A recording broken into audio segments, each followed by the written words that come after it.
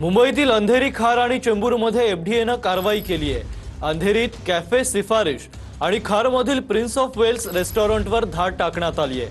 चेंबूरमधील झेप्टोच्या गोडाऊनवर एफडीएनं धाड टाकली आहे।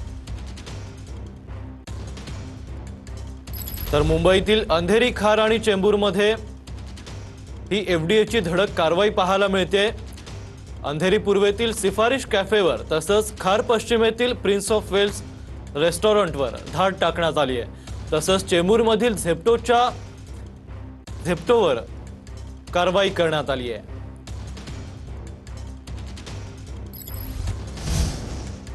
पुण्यातल्या लोहगाव येथील चूल मटण हॉटेलवर एफडीएनं कारवाई केली आहे। स्वच्छतेच्या नियमांचं उल्लंघन केल्यानं हॉटेलचा परवाना निलंबित करण्यात आला आहे। पुण्यातल्या चूल मटण या हॉटेलवर एफडीएनं कारवाई केली आहे। तसंच अस्वच्छतेच्या कारणावरून ही कारवाई करण्यात आल्याचं कळतंय। दिल्लीचे माजी मंत्री सत्येंद्र जैन यांना एसीबीकडून अटक करण्यात आली आहे। दिल्ली जल बोर्डातील कथित घोटाळा प्रकरणी ही कारवाई करण्यात आली आहे।